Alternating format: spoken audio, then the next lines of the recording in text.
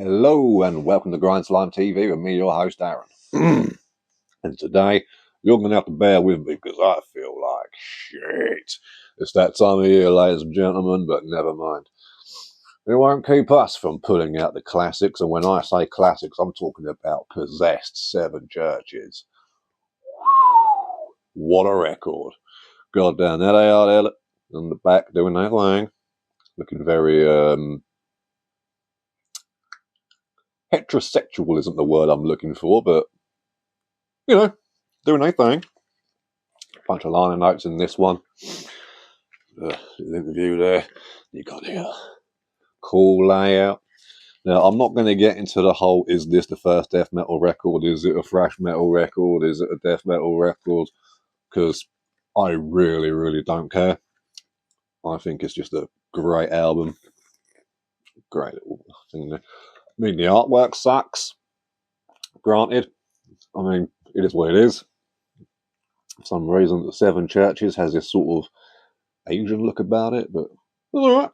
You know, they're mixing it up. They thought it looked pretty cool, so that's what they did.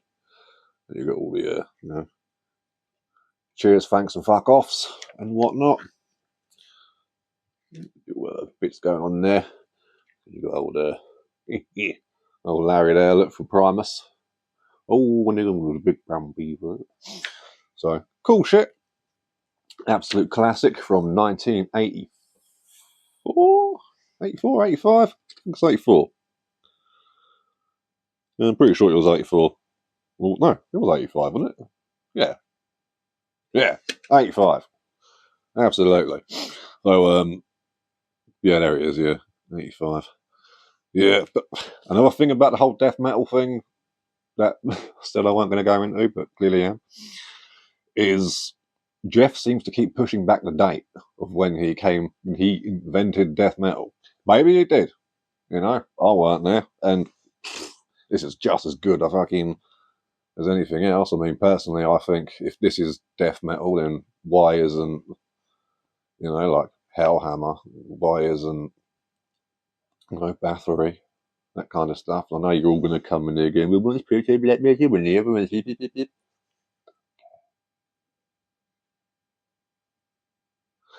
But it is what it is. It doesn't take away from the fact that this is an absolute belter and a classic and an essential. But I remember reading an interview once and he was like, oh yeah, man, I wrote the song Death Metal in 1979 on my 11th birthday. Yeah, of course he did, mate. But, you know, what can you do? Now, you've got some standout tracks on here. God damn.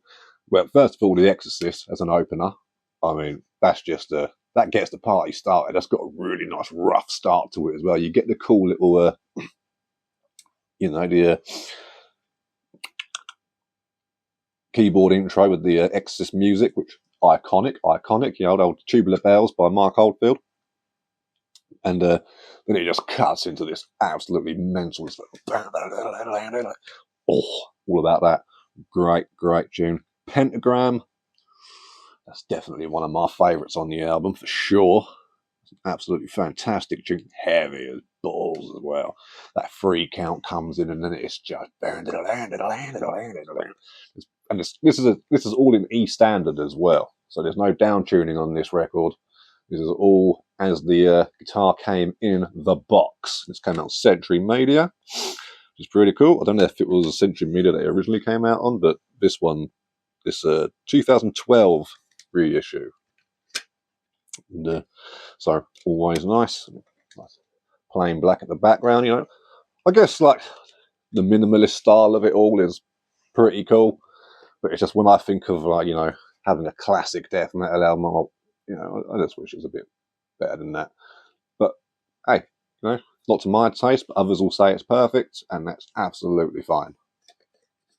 They're wrong, but it's absolutely, you know, I'm already fatting around. But yeah, Satan's Curse as well. Absolute belter. And of course, the band I've talked about on here before, Sargatanis, they do a Satan's Curse cover on their album The Enlightenment, which is a fucking masterpiece. Okay, anyone says Fallen Angel, yeah, mate. Every track on here is a belter. There's nothing there you need to skip. all of them are absolute classics, and this is, like I say, it's essential metal, like proper essential metal. So if you guys want to go argue in the comments about whether it's death metal or thrash metal, please feel free. I won't join in because, like I said, I don't really care.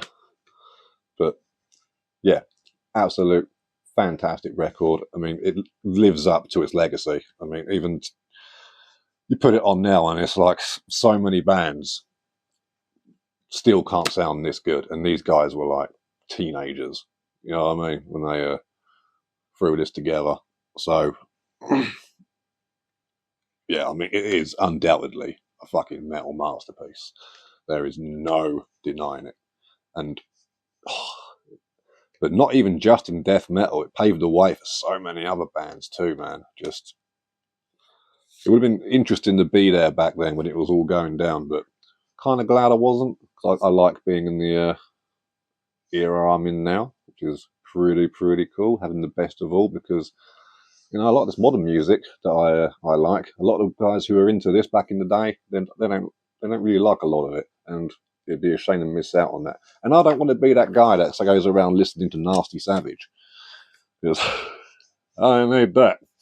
So, Possessed, 7 Churches, quality raw production, heavy riffs, great leads, drumming's fantastic. Jeff's voice sounds like a fucking ghoul, and it's just hearing is believing. Possessed, 7 Churches, make it happen. Support the underground, and I'll catch you lot later when I ain't feeling like shit.